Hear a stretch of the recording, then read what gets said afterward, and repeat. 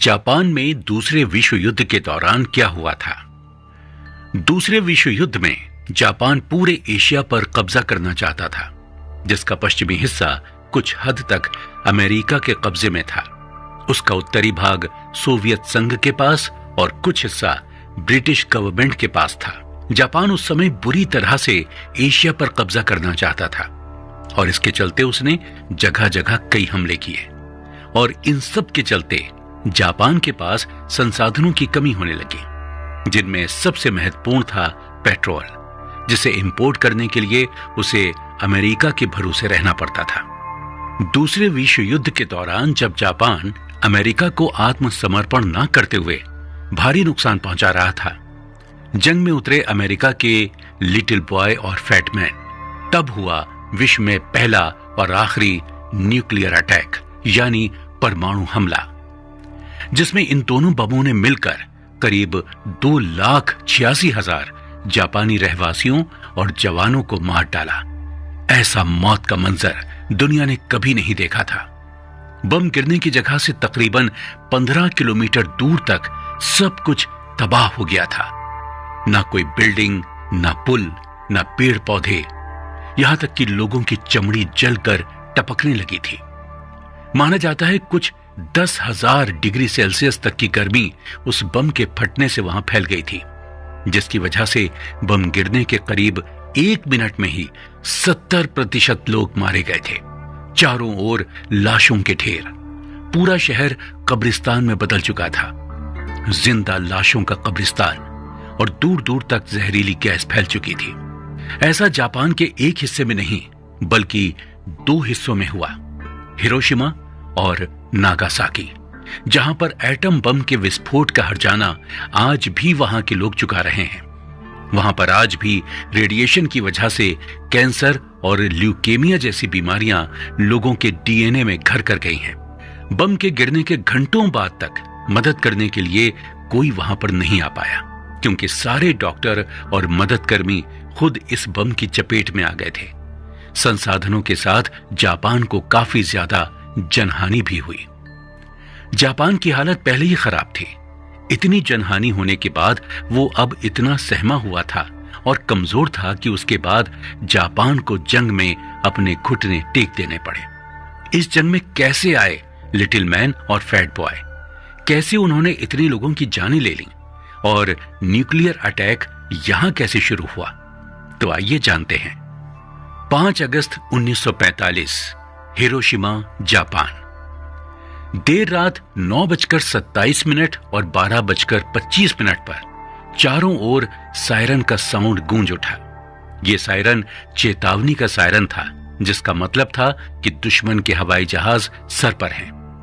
कुछ देर बाद सभी को मालूम पड़ता है कि यह अलार्म गलत है और सब कुछ वापस पहले जैसा हो जाता है।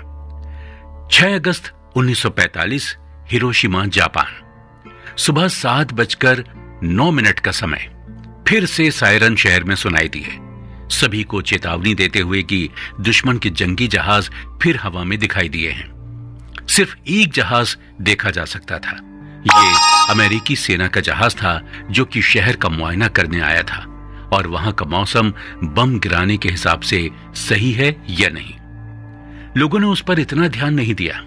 ऐसे जहाज उस समय आसमान में देखे जाना काफी आम बात हो चुकी थी। लोग वापस अपने अपने काम पर लौट गए। सुबह 7:31 पर अलार्म बजना बंद हो गया। इसका मतलब यह था कि वो जहाज उस शहर के रडार से दूर जा चुका है। अलार्म के बिल्कुल ही बंद हो जाने के बाद लोग उस बात को भूल चुके थे। हिरोशिमा शहर का माहौल और सुबह उतना ही साधारण थे जितना साधारण वो किसी आम दिन होते।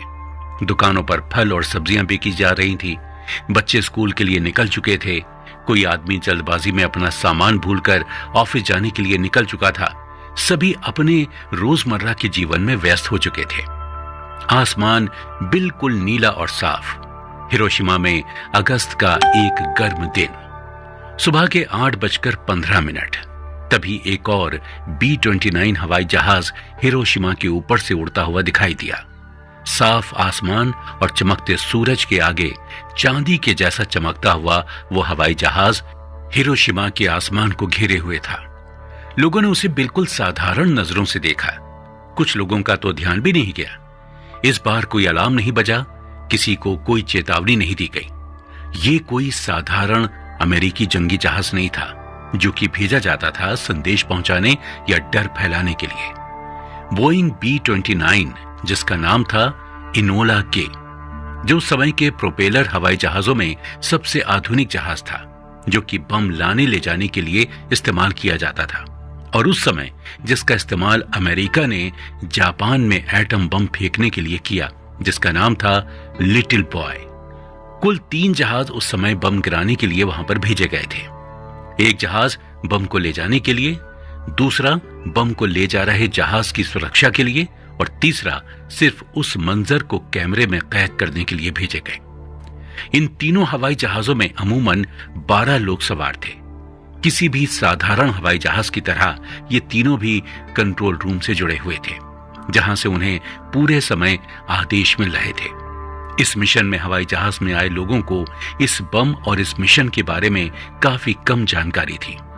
इस मिशन को लीड कर रहे थे पॉल टिबेट्स, जिन्हें हिरोशिमा की बाउंड्री में आते ही निर्देश मिले कि वो अपने सेफ्टी गॉगल्स लगा लें, और तभी जापान ने उन हवाई जहाजों को रडार में एकदम हिरोशिमा की बाउंड्री में घुसते हुए पाया। पर सब कुछ जापान के लिए इतना जल्दी हो रहा था कि उसका यह समझ पाना नामुमकिन था कि उनके ऊपर इतनी बड़ी मुसीबत इस तरह आने वाली है, वो भी इतनी सारी तबाही के साथ। और जापान के पास ईंधन की इतनी कमी थी कि वो उन हवाई जहाजों को मार गिराने के लिए लड़ाकू विमान भी नहीं भेज सकता था। अमेरिका के बेस से उन्हें ये निर्देश मिले थे कि उन्हें ये बम AIOI ब्रिज पर गिराना है। 4 टन वजनी एटम बम लिटिल बॉय को गिराने के 1 सेकंड पहले पायलट पॉल टिबेट्स के मन में आया, वो बम गिराने के बाद वहां पर कितने सारे लोग मारे जाएंगे, जिनका इस जंग में मारे जाने से कोई लेना देना नहीं है। वो लोग तो सिपाही भी नहीं है। अमेरिका के बेस से बढ़ते प्रेशर के चलते उन्होंने वो बम गिरा तो दिया, लेकिन सही गलत के बारे में सोचते हुए कुछ इतनी देर हो गई थी कि वो बम उसकी चुनी हुई जगह पर नहीं गिरा, बल्कि गिरा कहीं और।